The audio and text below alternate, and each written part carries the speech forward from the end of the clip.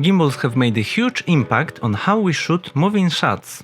This applies also for hyperlapse, which originally is a very time-consuming and quite advanced technique. I'm Tomasz Walczak from Beyond the Time blog, and today I'll show you how to shoot a hyperlapse with the Moza Aircross gimbal.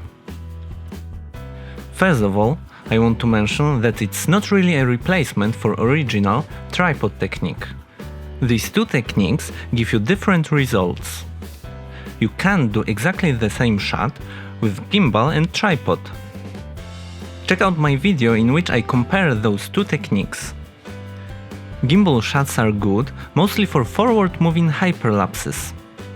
With tripod, the basic way of shooting a hyperlapse is tracking an object with parallel movement, which is not very comfortable with the handheld gimbal.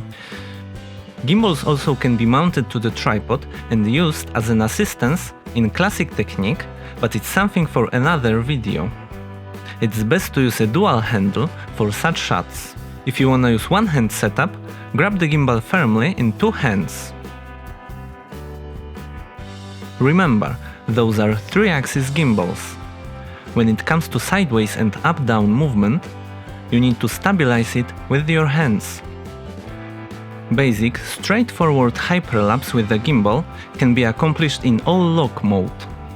For any movement, we'll modify some settings. It is possible to shoot a hyperlapse with default values, but let's make sure our shot would look good. There are two settings for that.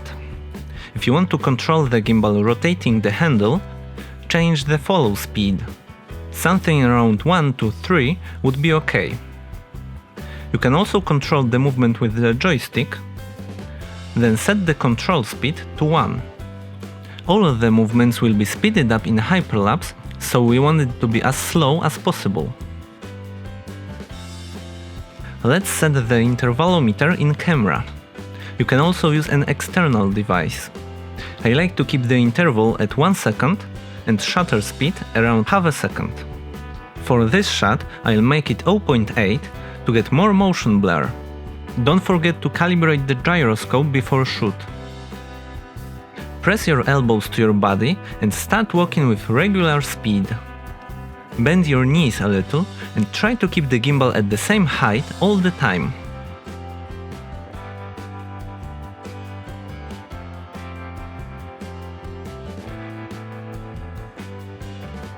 If you wanna take turns, use yaw only follow mode.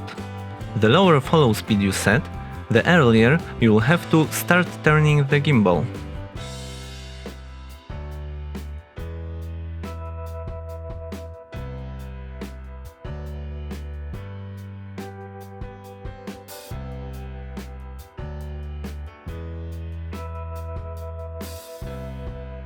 As I said, you can also use the joystick to move the gimbal. In this shot, I tilt the camera with the joystick in all-lock mode.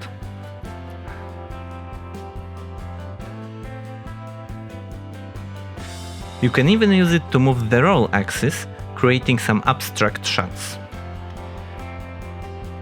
If you do a good job there, the result is usable straight out of the camera. So here it is, the gimbal hyperlapse with Moza Aircross. If you want to get more information about this gimbal, which is a great tool for a time-lapser, check out my review.